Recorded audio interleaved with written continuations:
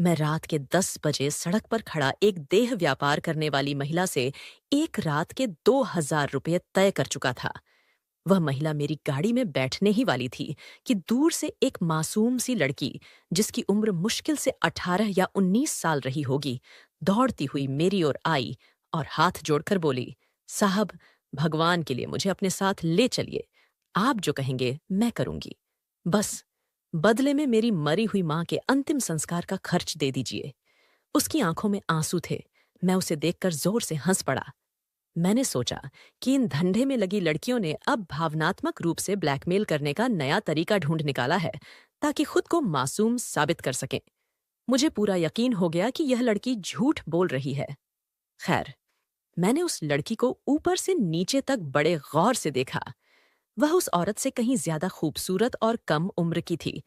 मैंने उससे कहा, सोच लो, मैं जो भी कहूंगा तुम्हें करना होगा। इस बार उसने आंखें नीची करके कहा, मैं तैयार हूं। मैंने उसे गाड़ी में बैठाया और गाड़ी होटल की ओर दौड़ा दी। मैंने उसकी आंखों में देखा। उनमें अब भी नमी थी, लेकिन वह बिल्कुल शांत थी। मैंने बातचीत शुरू करने के लिए उसका नाम पूछा, तो उसने अपना नाम अंजलि बताया।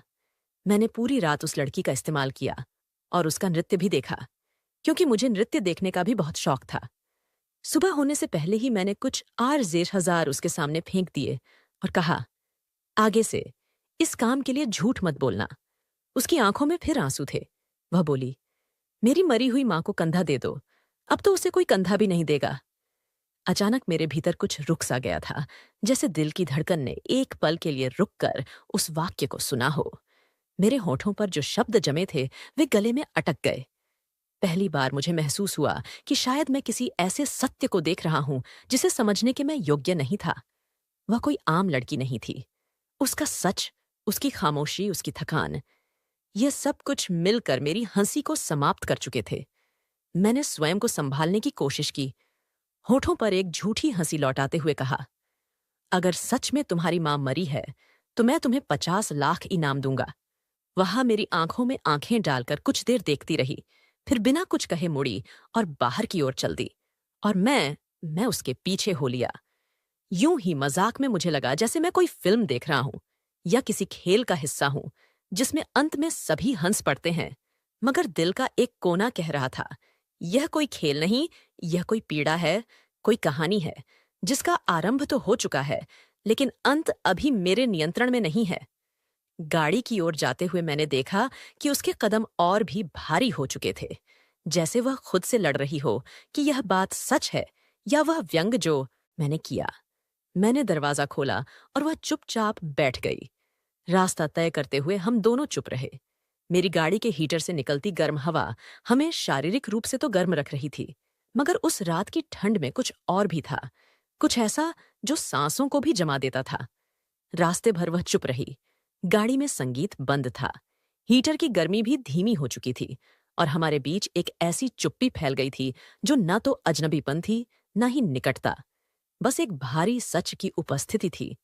मैं उसे देखना चाहता था, उसकी आंखों से कुछ समझना चाहता था, मगर वह खिड़की के पार झांक रही थी, जैसे शहर की रोशनी में किसी पुरानी याद को ढूंढ रही हो, जैसे उसे पता हो कि मैं मजाक में उसके साथ आया हूं। मगर वह भी शायद अब गंभीर हो चुकी थी, या शायद वह पहले से ही गंभीर थी। मेरी सांसें भारी हो रही थीं और दिल में एक अनजानी सी घबराहट थी, शायद इसलिए कि मैं पहली बार किसी ऐसी सच्चाई की ओर जा रहा था जिसे मैंने हमेशा पैसों के पीछे छोड़ दिया था। शहर की रोशनियां पीछे छूटने लगीं, सड़कें संकरी होती गईं, आसपास के मकान जर्जर बिजली की तारें झूलती हुई, और हर मोड़ पर एक अजनबी निगाह गाड़ी को घूरती हुई सी प्रतीत हो रही थी। गाड़ी उबड़ खाबड़ सड़क पर झटके खा रही थी। मैंने अंजलि की ओर देखा। उसका चेहरा शांत था, न कोई डर, न कोई घबराहट, जैसे वह सालों से इसी रास्ते पर चल रही हो। हर दिन किसी शव के साथ फिर हम एक दरवाजे के सामने रुके। मैंने जैसे ही गाड़ी रोकी, दरवाजा अपने आप खुल गया। अंदर से किसी ने नहीं खुला था। वह पहले से ही आधा खुला था, जैसे किसी ने समय के साथ हार मान ली हो। अंदर कदम रखते ही हवा में एक अजीब सी गंध थी, बंद कमरे की सीलन वीरानी और मृत्यु की। मेरे कदम धीरे धीरे बढ़ने लगे। एक छोटे से गलियारे से गुजरते हुए हम एक अंधेरे कमरे में पहुंचे, जहां एक पुरानी खटिया पर सफेद चादर तनी हुई थी। उसके पास दो छोटे बच्चे बैठे थे। उनके चेहरों पर ना तो आंसू थे, न सवाल, सिर्फ एक ठहरी हुई खामोशी और वीरानी थी। मेरी नजरें उस चादर पर जमी रहीं। फिर अंजलि ने धीरे से चादर का एक कोना उठाया। नीचे मां की लाश थी। चेहरा शांत, होंठ बंद, आंखें मूंदी हुई थीं। लेकिन चेहरे पर ऐसी थकान थी जैसे बरसों की मेहनत और संघर्ष अब थम गया हो। जैसे वह औरत जिसने अपनी पूरी जिंदगी उम्र, स्त्रीत्व, बीमारी और सम्मान बचाने में लगा दी हो, अब अंत में सुकून में हो। मेरे कदम पीछे हटने लगे, लेकिन शरीर हिल नहीं रहा था। आंखों में नमी भरने लगी, लेकिन मैंने खुद को संभाला। मैं ऐसा पुरुष था जो अपनी दुनिया में गुस्सा खरीद लेता है और दुख से सौदा कर लेता है, लेकिन आज इस घटिया के सामने खड़ा मैं बेबस था। अंजलि की सांसें तेज हो रही थीं। उसने मेरी ओर देखे बिना कहा, कल रात मां को बुखार हुआ। दवा खरीदने के पैसे नहीं थे। मैंने पास की दुकान से उधार मांगा, लेकिन दुकानदार ने ऐसे देखा जैसे मैं कुछ और मांग रही हूं।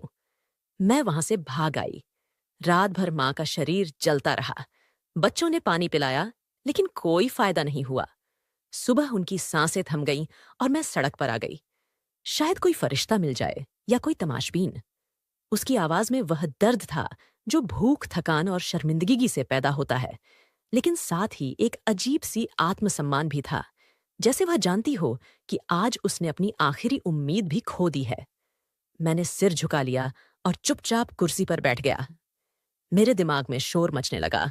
जिस लड़की को मैं पहले सड़क पर एक बहाना बनाने वाली, झूठ बोलने वाली या आम सी कहानी बताने वाली समझता था, वह आज मेरे घमंड के सामने एक आईना रख रही थी। मैंने अपनी जिंदगी में सैकड़ों झूठ और धोखे देखे थे, लेकिन आज पहली बार एक सच्चाई ने मुझे खामोश कर दिया था। अंजलि ने फिर बात शुरू की। पापा हमें बचपन में छोड़ गए थे। माँ ने दर्जनों जगह काम किया, घरों में सफाई की, लोगों के कपड़े धोए, लेकिन हमें कभी भीख मांगने के लिए दरवाजे पर नहीं भेजा। मैंने उसकी आंखों की तरफ देखा। उनमें रोशनी नहीं थी, लेकिन वह खाली भी नहीं थी, जैसे अब वह आंखें सपने नहीं देखती, बस हकीकत को गिनती है। हर दिन, हर रात, हर भूख, हर लम्हा बच्चे चुपचाप अपनी मां को देख रहे थे। शायद उन्हें अभी मौत का मतलब पूरी तरह समझ नहीं आया था, या शायद अब समझ चुके थे, लेकिन सहने की आदत हो गई थी। अंजलि की बातों में ना झुकाव था, ना कोई विनती, ना ही कोई इल्जाम। वो बस सच्चाई कह रही थी, और वह सच्चाई मेरी रूह तक उतर रही थी। कल रात जब मैं घर आई, माँ बेहोश थी। मैंने पूरा दिन बिना कुछ खाए बिताया। माँ के लिए कुछ भी कर सकती थी, लेकिन मेरे पास कुछ भी नहीं था, सिवाय खुद के। यह कहते हुए उसने मेरी तरफ देखा। मैंने नजरें चुरा लीं। वो लम्हा ऐसा था जैसे किसी ने मेरे अंदर पत्थर फेंका हो। वो लड़की जिसे मैंने मजाक समझा, नाचने को कहा, जिसकी मजबूरी पर हंसा, वो आज मुझसे कहीं बड़ी निकली। चरित्र में, गरिमा में, इंसानियत में। उसने अपने आत्मसम्मान की आखिरी सीमा तक जाकर अपनी मां के शव के लिए नाच लिया, लेकिन किसी सौदे में खुद को नहीं बेचा। मैं खुद को तुच्छ महसूस करने लगा। मेरी दौलत, मेरे शब्द, मेरी ताने सब बेया हो गए। कमरे में सन्नाटा था, लेकिन वो सन्नाटा मुझसे सवाल कर रहा था, मेरे अस्तित्व से, मेरे व्यवहार से। अंजलि ने चादर फिर से मां के शव पर डाल दी और बच्चों के पास बैठ गई। मैं धीरे धीरे कुर्सी से उठा, दरवाजे की ओर बढ़ा, कुछ कदम रुक कर पलटा और एक बार फिर कमरे को देखा। वहीं मेरे अभिमान का अंत हो गया। मैं सोचने लगा, क्या मां के कफन की भी कोई कीमत होती है? शायद मेरी आत्मा का कफन तो उसी दिन बिक गया था। मैं दरवाजे पर खड़ा था, लेकिन मेरे कदम जैसे आगे बढ़ने से मना कर रहे थे। कमरे का सन्नाटा अब मेरे अंदर बोल रहा था। मैंने पूरी जिंदगी झूठ और मुनाफे के धंधों में गुजारी थी। लोगों को परखा, खरीदना, बेचना सीखा, लेकिन आज पहली बार किसी इंसान की सच्चाई के सामने खड़ा था, बेबस और लज्जित। मेरे हाथ कांप रहे थे। मेरे जैसे लोग बड़ी बड़ी बातें कर लेते हैं, लेकिन जब दिल पर चोट लगती है तो शब्द धोखा दे जाते हैं। मैं धीरे धीरे पलटा, अंजलि के पास गया, जो अभी भी जमीन पर बैठी बच्चों के बाल सहला रही थी। उन बच्चों की आंखों में वो खामोशी थी जो चीखों से कहीं ज्यादा दर्दनाक थी। मैंने चुपचाप अपनी जेब से चेक बुक निकाली, कलम निकाली और लिखने लगा। हाथ कांप रहा था। 50 लाख रुपए का वो चेक, जो कभी मैंने ताना मारते हुए कहा था, आज हकीकत बन रहा था, और हर अंक मेरी झूठी शान की अर्थी पर लिखी एक लकीर लग रहा था। चेक भरकर मैंने धीरे से उसकी तरफ बढ़ाया। वो मेरी तरफ नहीं देख रही थी, बच्चों के पास ही लगी रही। मैंने चेक उसके सामने रखा, तब उसने धीरे से चेक देखा, फिर मेरी आंखों में झांक कर कहा, ये कफन की कीमत है या मेरी इज्जत की?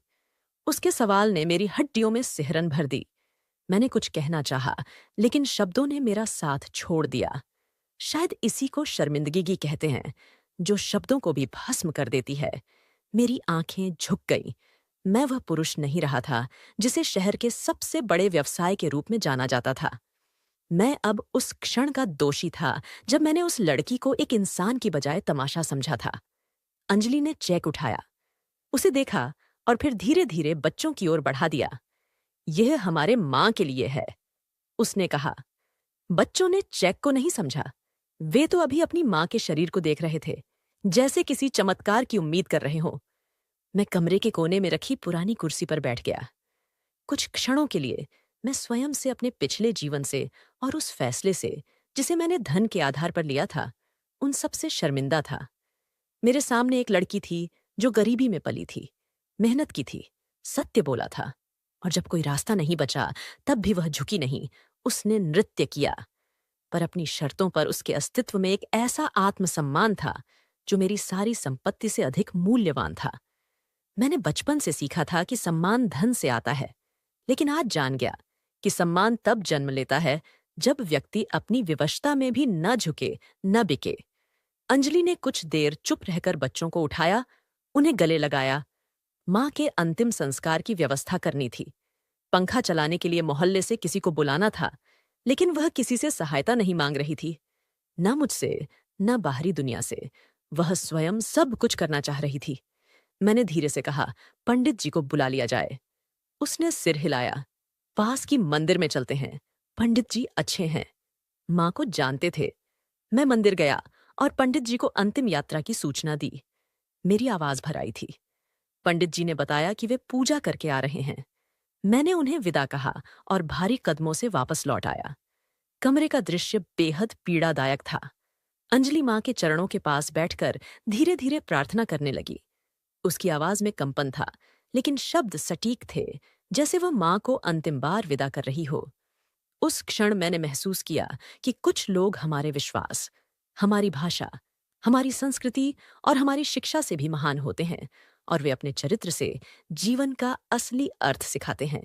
कमरे के बाहर की अंधेरी गली में सन्नाटा था, लेकिन भीतर हर सांस की आवाज अब स्पष्ट सुनाई दे रही थी। बच्चों की सिसकियां, अंजलि की प्रार्थनाएं और मेरे भीतर का वह शोर जो थमने का नाम नहीं ले रहा था। पंडित जी आ चुके थे। एक रोशन चेहरा, सादा पहनावा और उनकी निगाहों में वह करुणा जो शब्दों से नहीं बल्कि आचरण से महसूस होती है। वह शव के पास आए, सिर पर हाथ रखा और धीरे धीरे राम नाम का पाठ शुरू कर दिया। मेरे लिए यह सब नया था। मैं अब तक अंतिम संस्कारों में केवल औपचारिकता के लिए शामिल हुआ करता था, कभी उसकी गहराई को महसूस नहीं किया था। लेकिन आज मैं हर शब्द, हर क्रिया को पूरी शिद्दत से महसूस कर रहा था, जैसे मैं किसी शव के सामने नहीं बल्कि खुद अपनी धड़कनों के कफन में लिपटा खड़ा हूं। कुछ देर बाद कुछ पड़ोसी भी आ गए। चुपचाप अंतिम यात्रा की तैयारी शुरू हो गई। कोई अर्थी ले आया, कोई पानी, कोई सफेद कपड़ा। सब कुछ इतनी सादगी से हो रहा था, जैसे जीवन का सारा बोझ अंतिम क्षण में बेजान हो जाता है। जब शव को उठाया गया तो अंजलि ने आखिरी बार अपनी मां के चेहरे को देखा। उसकी आंखें आंसुओं से भरने को थीं, मगर वह खुद को रोक कर खड़ी रही। उसने मां की कंधों को चूमा और सिर झुका लिया। मैं अपने जीवन में पहली बार किसी शव को कंधा देने के लिए आगे बढ़ा। पंडिताजी ने मुझसे रिश्ता पूछा। मेरे होठों पर कुछ नहीं आया। एक पल के लिए सोचा, झूठ बोल दूं, कोई रिश्ता बता दूं? मगर फिर दिल से एक आवाज आई, मानवता। पंडिताजी ने चुपचाप सिर हिलाया और मैंने कंधे के नीचे हाथ रखकर उस शव को उठाना शुरू किया। पहली बार किसी बोझ को दिल से उठाया। आसमान से हल्की बूंदा बंदी शुरू हो गई थी। जमीन गीली हो रही थी, लेकिन मेरे अंदर कुछ धुल रहा था। अहंकार, घमंड, व्यंग और वह दूरी जो मैंने स्वयं अपने और सच्चाई के बीच खड़ी कर रखी थी। फिर हम अंतिम यात्रा के साथ निकल पड़े, खामोशी से उस बोझ को लेकर, उस रास्ते पर जो सच्चाई की ओर जाता था। उस महिला को जलाने जिसकी बेटी ने मेरे अस्तित्व को भीतर तक हिला दिया था। हम गलियों से चुपचाप गुजर रहे थे। शव हमारे कंधों पर था, मगर असली बोझ मेरे सीने पर था। श्मशान भूमि पास आ गई थी। पंडिताजी सबसे आगे चल रहे थे। उनके होंठ लगातार प्रार्थना कर रहे थे। उनके चेहरे पर एक रोशनी थी और एक ऐसा सुकून जो मेरे भीतर कहीं नहीं था। जब हम श्मशान भूमि के प्रांगण में पहुंचे तो कुछ और लोग भी आ गए। कुछ अनजाने चेहरे, कुछ मोहल्ले वाले और कुछ महिलाएं जो बाहर खड़ी होकर देख रही थीं। हर किसी की नजर बार बार अंजलि पर जा रही थी, जो चादर में लिपटी शांत खड़ी थी। उसकी आंखों में अब भी आंसू नहीं थे, जैसे वह खुद को रोने की इजाजत ही नहीं दे रही हो। वह अपनी मां के चेहरे को आखिरी बार देख चुकी थी और अब उसका अस्तित्व केवल एक सामाजिक औपचारिकता बनकर रह गया था। मैं सबके साथ खड़ा था, मगर मेरे दिल की जो प्रार्थना थी वह जुबान पर नहीं आ पा रही थी। मेरे शब्द कहीं अंदर ही उलझ गए थे।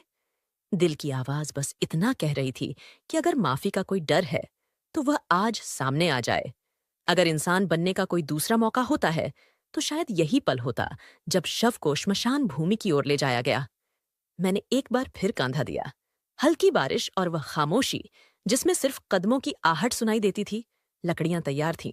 जैसे ही शव को नीचे उतारा गया, नीमारा ने एक क्षण के लिए जमीन की ओर देखा। उसकी पलकें कांप उठीं। शायद यही वह पल था जब उसके धैर्य की आखिरी डोर टूट गई। एक आंसू उसकी आंख से गिरा और जमीन पर टपक पड़ा। एक खामोश गवाही जलाने की प्रक्रिया पूरी हुई और लोग एक एक कर लौटने लगे। मैं वहीं खड़ा रह गया। मेरे कदम जमीन से जैसे चिपक गए थे। चाहता तो तुरंत निकल सकता था, वापस लौट सकता था अपनी दुनिया में, गर्म कपड़े, महंगे कमरे और बिना दर्द की रातों में। मगर नहीं, मेरे अंदर कुछ कह रहा था कि यह सफर अभी समाप्त नहीं हुआ है। नीमरा वहीं एक पत्थर पर बैठ गई। दोनों बच्चे उसके पास आकर चुपचाप बैठ गए। उसने उन्हें अपने बाहों में समेट लिया।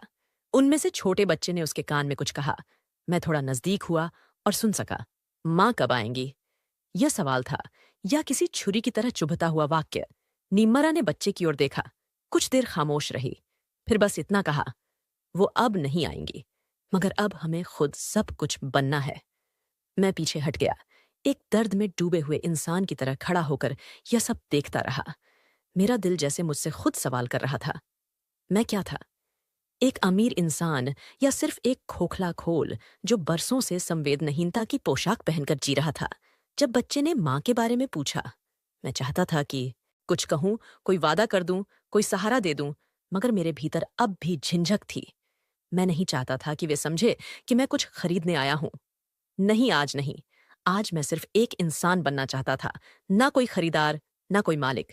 मैंने वापसी की राह ली। मेरे कदम धीमे थे। दिल बुझा हुआ गाड़ी तक पहुंचा। दरवाजा खोला। अंदर बैठकर एक गहरी सांस ली। भीतर अब भी उसकी खुशबू बाकी थी, वही खामोशी जो वो साथ लाई थी। मैंने कुछ देर के लिए गाड़ी का इंजन बंद रखा। रोशनी से दूर धुंध में डूबा वह इलाका मेरे मन में गूंज रहा था। हर गली, हर ईंट, हर लम्हा। फिर अचानक जैसे किसी ने मेरे भीतर का पर्दा हटा दिया हो। मैंने साइड मिरर में खुद को देखा। वह शख्स जो कुछ घंटे पहले तक शहर का एक संवेदनहीन अमीर था, अब आंखों में अजनबी सी नमी लिए कुछ और बनने की चाह में बैठा था। शायद पहली बार, सिर्फ पहली बार मैंने खुद को वैसे देखा जैसा मैं था, न कि जैसा दुनिया को दिखाया था। उस रात मैं अपने घर वापस नहीं गया। मैंने गाड़ी शहर के एक पार्क के बाहर रोकी। सीट पर लेटकर आसमान की ओर देखा। बादल थे, वह आसमान को भी ढक रहा था। तारे मध्यम थे, जैसे सब मौन गवाह बनकर खड़े हों और मैं बस सांसें गिन रहा था। आज मैं मर तो नहीं रहा था, मगर मेरा कोई पुराना रूप मर चुका था। वह मैं जो सिर्फ अपने लाभ, अपनी इच्छाओं और अपनी जीत के इर्द गिर्द घूमता था, वह खत्म हो गया था। और जो शेष बचा था वह कुछ नया था, कुछ शांत, कुछ लज्जित, लेकिन शायद जीवित सूरज के उगने के लिए व्याकुल, पर नींद आंखों से कोसों दूर थी। मैंने फोन निकाला। कई मिस्ड कॉल्स थीं। ज्यादातर दोस्तों की 2-3 बैठकें छूटी थीं और एक उस स्त्री की जो स्वयं को मेरी जिंदगी का हिस्सा मानती थी, लेकिन मेरी आत्मा से कभी परिचित नहीं हो सकी। मैंने सारी कॉल्स अनदेखी कर दी, फोन बंद किया और आंखें मूंद लीं। आंखें बंद करते ही एक चेहरा सामने आ गया। अंजलि का नहीं, उसकी मां का, जो सफेद चादर में लिपटी थी। वह चेहरा कुछ कह नहीं रहा था, बस मुझे देख रहा था। एक ऐसा सुकून जो मेरे उथल-पुथल भरे अस्तित्व को धीरे-धीरे निगल रहा था। मैंने करवट बदली, सीट पर खुद को समेटा, जैसे स्वयं से कुछ छीनने की कोशिश कर रहा हूं। लेकिन धरती की आंखें तो बंद नहीं होती। वे तुम्हें तब भी देखती हैं जब तुम स्वयं को नहीं देख पाते। सुबह की पहली रोशनी अभी फैली नहीं थी, मगर आसमान की काली मां अब हल्केपन में बदलने लगी थी। मैंने गाड़ी स्टार्ट की और बिना कुछ सोचे समझे अंजलि के घर की ओर चल पड़ा। रास्ते में सड़क पर जिंदगी लौटने लगी थी। अखबार बेचने वाले, दूध वाले बच्चे, स्कूल की ओर जाते हुए सब कुछ सामान्य था। मगर मेरे भीतर का दिन अब भी उग रहा था। ऐसा लग रहा था मानो समय ठहर गया हो। जब मैं उस गली में पहुंचा तो सब कुछ वैसा ही था। वही दीवारें, वही सीलन, वही शांत खिड़कियां। दरवाजे पर दस्तक देने से पहले मैं एक पल के लिए रुका। जाने क्यों दिल में हिचक सी थी। दरवाजा धीरे से खुला। अंजलि सामने खड़ी थी। चेहरे पर नींद की थकान और आंखों के नीचे गहरे काले घेरे थे, मगर वह अब भी गरिमा के साथ खड़ी थी। उसके लहजे में हैरानी कम, सवाल ज्यादा थे। मैंने धीरे से कहा, मां की प्रार्थना करनी थी, बच्चों से मिलना था। उसने ना तो रास्ता रोका, ना रास्ता दिया, बस चुपचाप पीछे हट गई। मैं अंदर आया तो देखा कि मां की चारपाई जा चुकी थी। एक नया सुकून सा था, लेकिन वह खाली जगह चिल्ला रही थी। बच्चे कोने में बैठे थे। छोटा बच्चा फर्श पर चौक से कुछ बना रहा था। एक घर, एक सूरज और 3 व्यक्ति। मैंने झिझक कर देखा। एक सवाल उठने लगा, मगर चुप्पी तोड़ने की हिम्मत नहीं हुई। अंजलि ने पानी का गिलास लाकर मेज पर रखा। मैंने धन्यवाद कहा और पहली बार देखा कि वह मेरे पास बैठने की बजाय खिड़की के पास जा खड़ी हुई। एक दूरी थी, स्पष्ट और बिल्कुल उचित। मैंने खुद से एक वादा किया कि अब से इस दूरी का सम्मान किया जाएगा। न करुणा की भावना से, न किसी दावे से, बस उसकी मानवता के प्रति एक प्रयास के रूप में मैंने धीरे से बात शुरू की। अगर तुम अनुमति दो तो बच्चों को स्कूल में दाखिला दिलवा दूं। वो मेरी तरफ पलटी। आंखों में वही पुरानी चमक थी जो अब मध्यम हो चुकी थी। उसने धीरे से कहा, यह उनके पिता ने भी कहा था। फिर एक दिन वह चला गया और कभी लौटकर नहीं आया। मेरे पास कोई उत्तर नहीं था। मैं जानता था कि शब्द अब एक लंबा झूठ लगते हैं। मैंने केवल इतना कहा, मैं तुम्हारे पिता जैसा नहीं हूं। शायद अब मैं खुद भी वैसा नहीं रहा जैसा पहले था। एक लंबी चुप्पी के बाद उसने सिर हिलाया। ठीक है, लेकिन इनकी मां अब मैं हूं और यह मेरे निर्णय होंगे। मैंने सिर हिलाकर सहमति जताई। यही वह वाक्य था जिसका मैं इंतजार कर रहा था। उसके अधिकार की घोषणा। हम दोनों ने कुछ पल एक दूसरे को देखा। उस पल की चुप्पी सबसे ऊंची आवाज थी। उसमें बीते समय की पश्चाताप, वर्तमान की थकावट और भविष्य की चिंता छुपी थी। मगर एक नया रिश्ता भी जन्म ले रहा था, बिना नाम, बिना आवाज, लेकिन सच्चाई से भरा हुआ। फिर मैं बच्चों के पास गया, उनसे बात की, उनके नाम पूछे। पहली बार वे मुझसे मुस्कुराए। शायद उस पल उन्हें मुझ में कोई डर नहीं दिखा, कोई सौदा महसूस नहीं हुआ। बस एक चेहरा दिखा जो उनकी मां के दुख का गवाह बन चुका था। जब मैं जाने लगा, अंजलि दरवाजे पर आई। उसने कुछ नहीं कहा, बस एक नजर डाली, ना रोका, ना विदा दी, बस एक खामोश स्वीकृति दी। और मैं पहली बार किसी के दिल से मिली अनुमति लेकर लौटा। उस इशारे में कोई झूठ नहीं था। मेरी दुनिया अब भी वहीं थी, कांच की इमारतें, लंबी गाड़ियां और नकली चेहरों की महफिलें। लेकिन अब मेरी आंखें उनमें एक खालीपन ढूंढने लगी थी। मुझे पहली बार एहसास हुआ कि असली रोशनी वहां है जहां अंधेरे से जन्म होता है, और जो दिल अंधेरे में किसी और के लिए धड़कता है वही रोशनी बन जाता है। और शायद अब मैं भी रोशनी की तलाश में हूं। दफ्तर वापस आकर मैंने दरवाजा बंद किया, पर्दे गिरा दिए और कुर्सी पर बैठ गया। पूरा कमरा, कीमती फर्नीचर, सुगंधित मोमबत्तियां और सजावट, अब सब व्यर्थ लगने लगा था। मेज पर रखा लैपटॉप चमक रहा था, जैसे मुझसे कुछ कहने की कोशिश कर रहा हो, लेकिन मैं उसकी ओर देख नहीं पाया। दीवार पर लगा कैलेंडर चुपचाप आने वाले दिनों की ओर बढ़ रहा था, जैसे समय कह रहा हो, जो बीत गया वह सीख था, जो आने वाला है वह परीक्षा है। मैंने दराज खोली और वहीं से वह चेकबुक निकाली जिसका एक पन्ना मैंने अंजलि को दिया था। बाकी चेकबुक खाली थी और हर चेक मुझे अपने पापों की सूची जैसा लग रहा था। मैंने एक कागज निकाला और अनजाने में लिखना शुरू कर दिया। हाथ खुद ब खुद चलने लगे।